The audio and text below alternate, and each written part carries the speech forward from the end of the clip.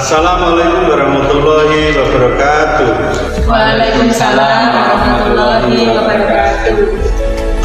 Kami dari kelas 239 CGP Kabupaten Pacitan dengan Fasil Bapak Ali Tamami dan guru mengajar prakteknya Bapak Edi Haryanto.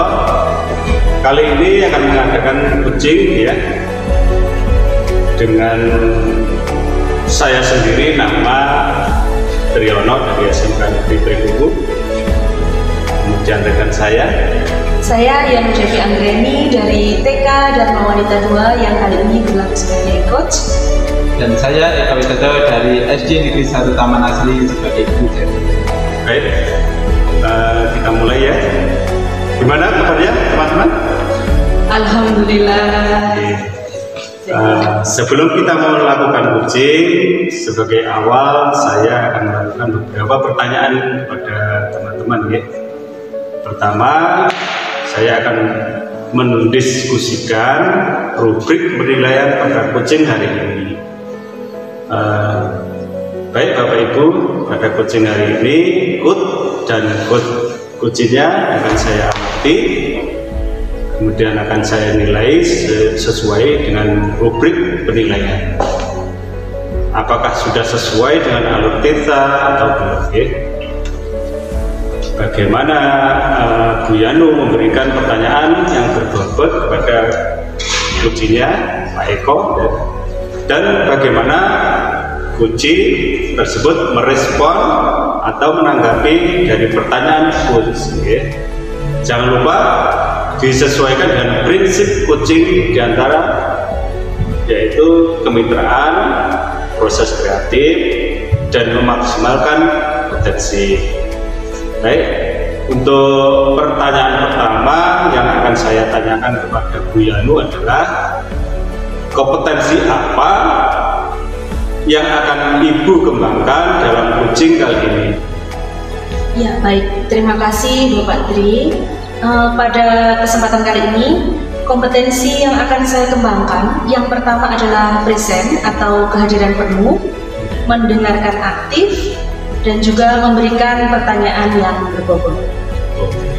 Kemudian yang kedua, kompetensi mana yang akan Ibu kembangkan secara spesifik ingin diobservasi? Iya, kompetensi spesifik yang akan saya kembangkan yaitu mendengarkan aktif dan memberikan pertanyaan yang berbobot serta bersifat terbuka. Kemudian nomor 3, indikator yang bagaimana yang Ibu inginkan dalam coaching hari ini? Ya baik, mengenai indikator, saya ingin coach saya ini bisa menemukan solusi dari permasalahannya dan menemukan langkah-langkah dalam penyelesaian permasalahannya. Gitu. Demikian dulu Ibu Yanu untuk pra-observasinya kali ini. Sekarang silahkan melaksanakan coachingnya terhadap coaching. Terima kasih. Monggo Pak Eko.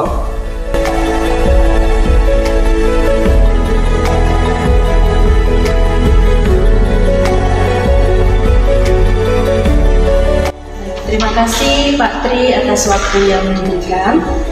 Pak Eko, bisa kita mulai?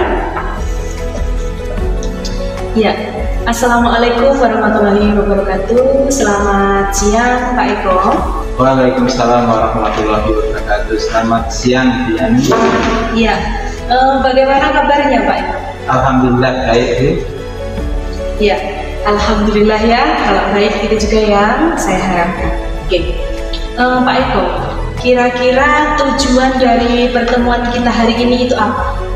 Gini Bu, saya itu akan sharing tentang keadaan kelas yang saya ajar di kelas 4. Itu ada 20 siswa, tapi ada satu siswa Bu yang semula itu aktif, tapi sekarang itu anak itu bila diajar itu selalu fokus pada mainannya. Itu Bu. Oh begitu. Jadi kira-kira kalau menurut Pak Eko nih, masalah yang dihadapi ini, setelah ada permasalahan ini, kira-kira apa yang ingin Bapak lakukan untuk mengatasi permasalahan ini? Ya, saya ingin mendapatkan solusi Bu, untuk menyelesaikan masalah pembelajaran dalam kelas saya. Jadi agar siswa tersebut kembali aktif dalam pelajaran, itu fokus, dan apa yang diharapkan dari pembelajaran atau tujuannya itu tercapai. Ya, oke, begitu. Jadi begini Pak, boleh Pak Eko ceritakan mengenai masalah pembelajaran yang sedang dihadapi supaya nanti Pak Eko bisa menemukan solusi dari permasalahan tersebut. Begini Bu, dalam kelas itu saya itu sudah dalam pembelajaran itu anak itu semula itu cerdas, itu juga aktif, juga fokus terhadap pelajaran. Akan tapi pada akhir-akhir ini anak itu malah tertarik dengan mainannya sendiri atau suka untuk membuat mainan. Jadi pada waktu pembelajaran itu malah bermain atau membuat mainan sendiri. Kalau dari tingkat kecerdasannya itu anak itu termasuk cerdas, termasuk dalam nilai-nilai itu juga bagus Bu sebelumnya, tapi setelah fokusnya kurang, terus dalam menerima materi itu juga tidak terserap dalam pikirannya mungkin banyak. Jadi anak itu nilainya menurun karena tidak maksimal Bu dalam menerima materi yang saya sampaikan itu. Ya, gitu. Oke, jadi ada seorang anak yang tadinya anak tersebut kalau dari skala kecerdasan itu termasuk anak yang cerdas begitu ya Pak. Cerdas. Tapi akhir-akhir ini mengalami penurunan karena dia membawa mainan itu atau mainan yang dibuatnya dari rumah gitu ya Pak ya. Oke, coba sekarang saya pengen tahu nih Pak, kira-kira dari skala 1 sampai 10 anak tersebut berada di level berapa? Kalau saat ini anak tersebut ada di level 5. Iya. Kalau menurut Pak Eko, anak tersebut kan saat ini berada di level 5. Nah, seharusnya anak tersebut berada di level berapa Pak? Kalau tidak ada di level 7. Di level 7 ya, oke.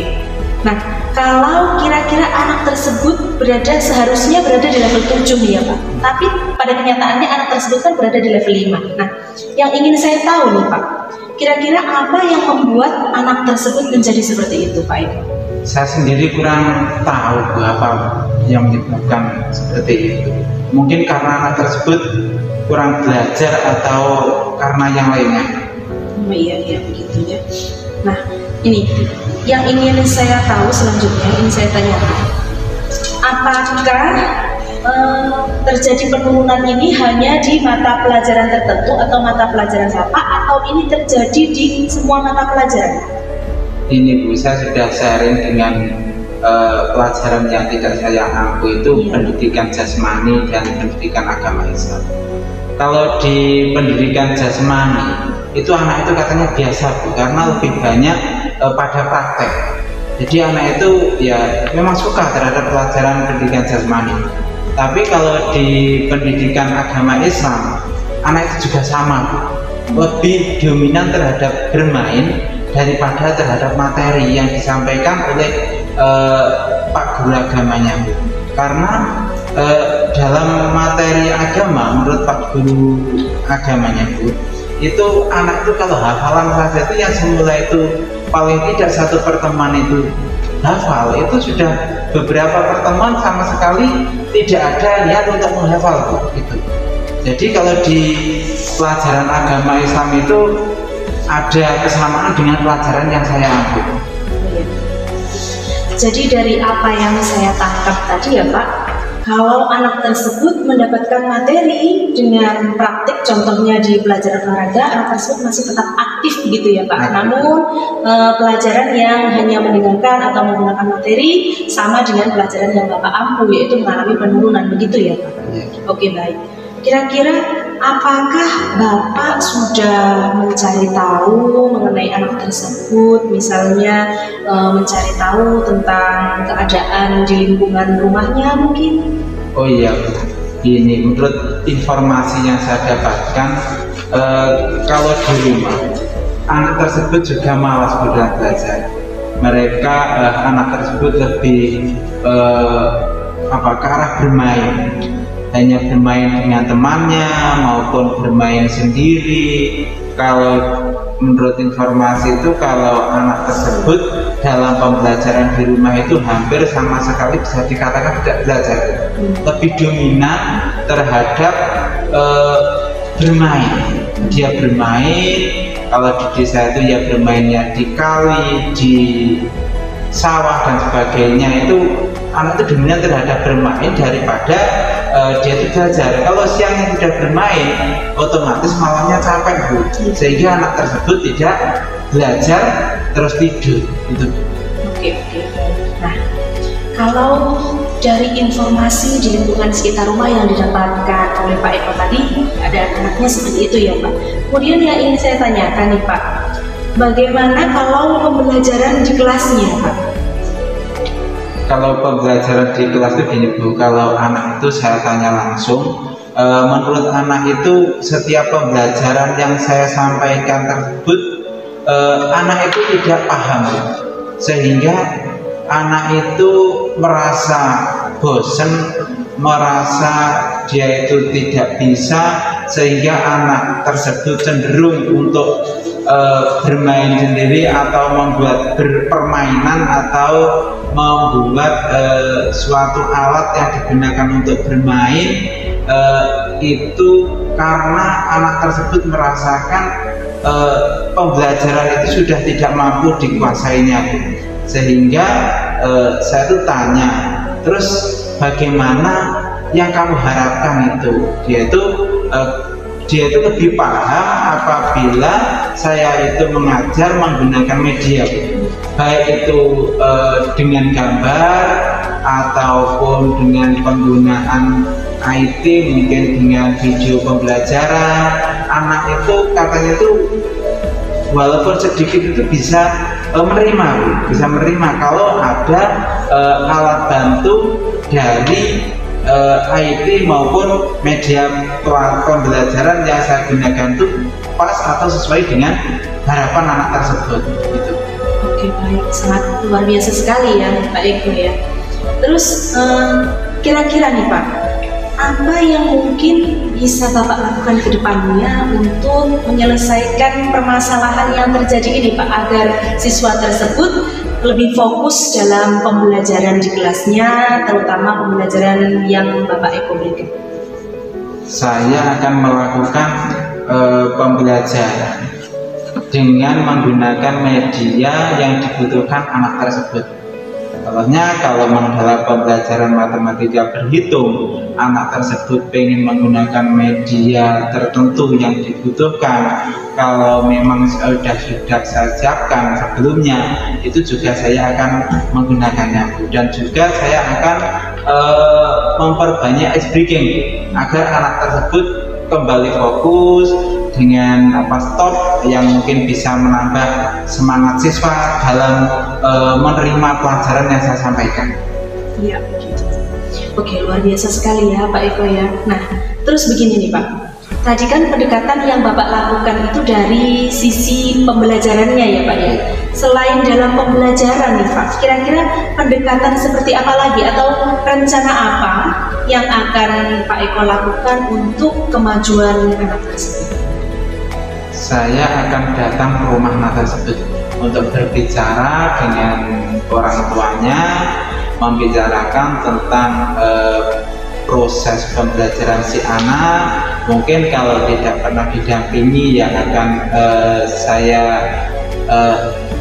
pendekatan sama orang tuanya untuk mendampingi anaknya dalam belajar, agar anaknya tersebut bisa menerima materi, bisa paham, bisa kembali seperti semula, yang semula sudah ada perkembangan yang sekarang yang lebih baik, malah sekarang dalam penurunan. Jadi ya saya harapkan nanti dari pihak keluarga dan sekolah saling bekerja sama untuk kemajuan anak tersebut. Oke, luar biasa sekali ya Pak Eko ya, dari apa yang saya simak tadi, mulai dari permasalahan yang dihadapi, bahwa dalam pembelajaran Pak Eko menemukan anak yang tadinya itu tergolong anak yang cerdas, namun kemudian mengalami penurunan dalam pembelajarannya, yang sampai pada akhirnya Pak Eko melakukan identifikasi, perbaikan dalam proses pembelajaran, kemudian melakukan pendekatan-pendekatan kepada anak tersebut, bagaimana caranya untuk mengembalikan semangat anak tersebut seperti semula. Nah, itu sebenarnya Pak Eko sudah menemukan solusi. Pak Eko bisa memikirkan bagaimana teknik atau cara yang dicoba agar anak tersebut kembali fokus terhadap pelajaran sehingga anak tersebut bisa pulih seperti sebelumnya. Itu saya rasa sangat luar biasa sekali ya Pak Eko sebagai seorang pendidik. Pak Eko itu sudah memiliki kompetensi, sudah memiliki rasa tanggung jawab yang tinggi ketika menghadapi masalah. Pak Eko mampu mencari penyelesaian dari masalah yang sedang dihadapi. Iya Bu, terima kasih Diana. Ya, sama-sama Pak. Kemudian yang ingin saya tahu lagi nih Pak, kira-kira untuk melakukan aksi atau rencana yang sudah Pak Eko pikirkan nih, kira-kira siapa yang mampu membantu Pak Eko untuk menjalankan rencana ini? Dalam pembelajaran di kelas Bu, saya akan minta jawab Bu ya, untuk saya minta bantuan untuk menyediakan media pembelajaran yang dibutuhkan oleh anak sehingga anak tersebut fokus dalam pembelajarannya di kelas maupun dalam pelajaran-pelajaran yang lain. Dan untuk di rumah Bu, saya juga akan minta bantuan kepada orang tuanya untuk selalu aktif untuk mendampingi anaknya dalam belajar. Iya, oke. Nah, dari obrolan kita hari ini, dari apa yang sudah kita bahas nih Pak, kira-kira apa yang Pak Eko dapatkan dari obrolan kita hari ini Pak? Gini Bu, dari masalah tadi, yang semula saya bingung Bu sebenarnya itu, terus harus melakukan apa, langkah apa yang harus saya ambil. Setelah obrolan ini saya jadi tahu apa yang harus saya lakukan agar anak lebih fokus dalam pembelajaran dan menemukan pembelajaran yang diharapkan anak tersebut.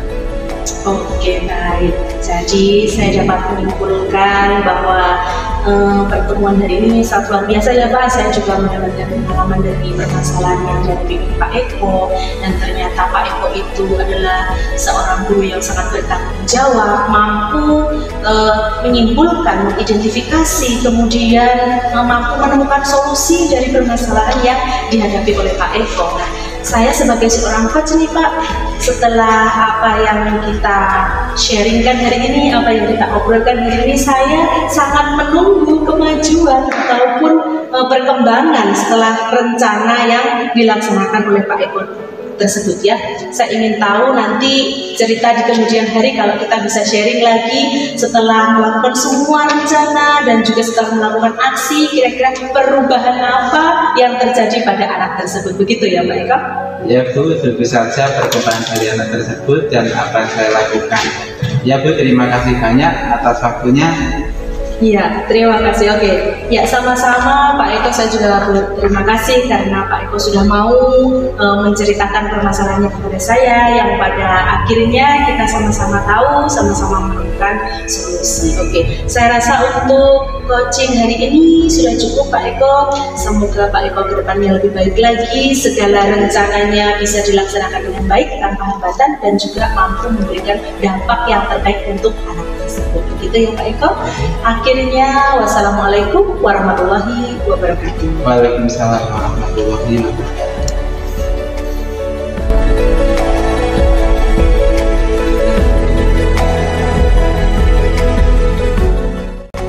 Tadi Bu Yanu dan Pak Eko sudah melakukan coaching ya, dan sangat baik sekali. Sebelum penutupan, saya akan menanyakan beberapa hal, pertanyaan pasca observasi. Baik, begini Bu Yani, apa saja yang sudah Bu Yanu lakukan pada saat melakukan coaching terhadap indikator tercapai yang ingin dicapai. Oke, baik, terima kasih Pak Tri. Dalam coaching ini saya sudah melakukan coaching dengan alur tirta, Bapak, menanyakan tujuan, kemudian identifikasi, rencana aksi, serta tanggung jawab, sehingga alur tersebut bisa menggali coaching saya untuk mencari solusi dari permasalahan yang sedang dihadapi.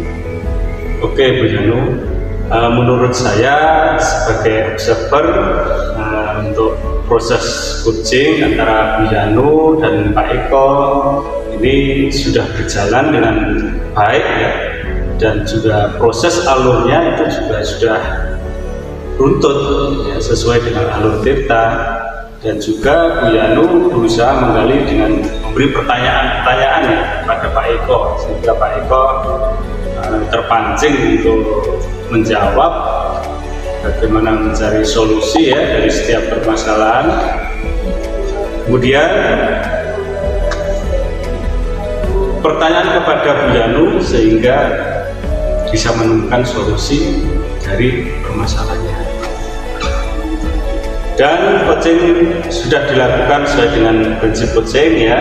Untuk pertanyaan terakhir Bu Yanu ini dari saya sebelum kita tutup, yaitu kompetensi apa lagi yang ingin dikembangkan berdasarkan hasil melakukan coaching ya, yang telah dilaksanakan hari ini.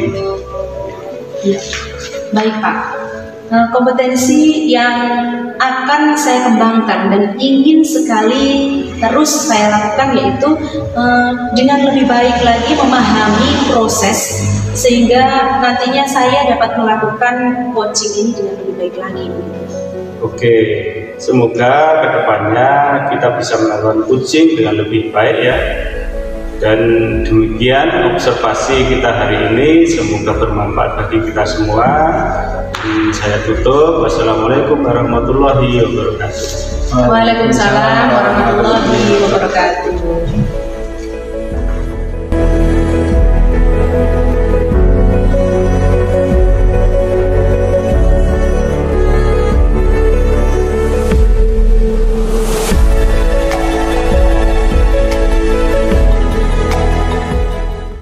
Kami dari kelompok Semut Ireng kelas 239 Kabupaten Pacitan dengan fasilitator Bapak Alita Mami, pengajar praktik Bapak Edi Haryanto mengucapkan selamat menunaikan ibadah